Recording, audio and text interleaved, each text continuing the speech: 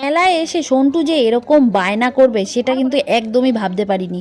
কেন বলো তো? ও বাড়িতে কোনো সময় কোনো জিনিসের জন্য বায়না করে না। মেলায় এসে এত জিনিস দেখে ওর যেন চোখ একদম এদিক ওদিক এদিক ওদিক হচ্ছিল। এটা খাবো, ওটা চড়বো, এটা কিনবো, এত বায়না করছিল কি আর বলবো। যাই হোক, তোমাদের সাথে তো আগের ভিডিওতে শেয়ার করেইছিলাম যে আমি, মা, বোন, সন্টু চারজনে মিলে কিন্তু মেলায় চলে এসেছি। আর মেলায় পুজো দেওয়া হয়ে গেছে, এরপরে কিন্তু কিছু টুকিটাকি জিনিস কেনাকাটি করব। তো এদিকে আমরা টুকিটাকি জিনিস কেনাকাটি করছিলাম আর সন্টু বলছে আমাকে এটা কিনে দাও, ওটা কিনে দাও। যাই হোক, ওকে দুটো তিনটে জিনিস কিনে দেওয়া হয়েছে, তাও ওর পোষাচ্ছে না। তারপরেও ও এটা কিনবে, ওটা কিনবে। আসলে বাচ্চারা হয়তো এরকমই হয়, আমরাও হয়তো ছোটোবেলায় এরকমই করেছি। কি জানি, এটা আমার মা ভালো বলতে পারবে আমরা এরকম করেছি কিনা। তারপরে দেখো, ওকে এই যে কানের একটা হেডফোন কিনে দিলাম।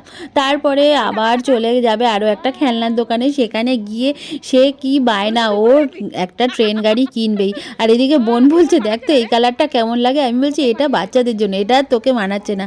এই দেখো, এই ট্রেন গাড়িটা ও কিনেই ছেড়েছে, বায়না করেই যাচ্ছিল। যাই হোক, ওকে এটা কিনে দেওয়া হয়েছে।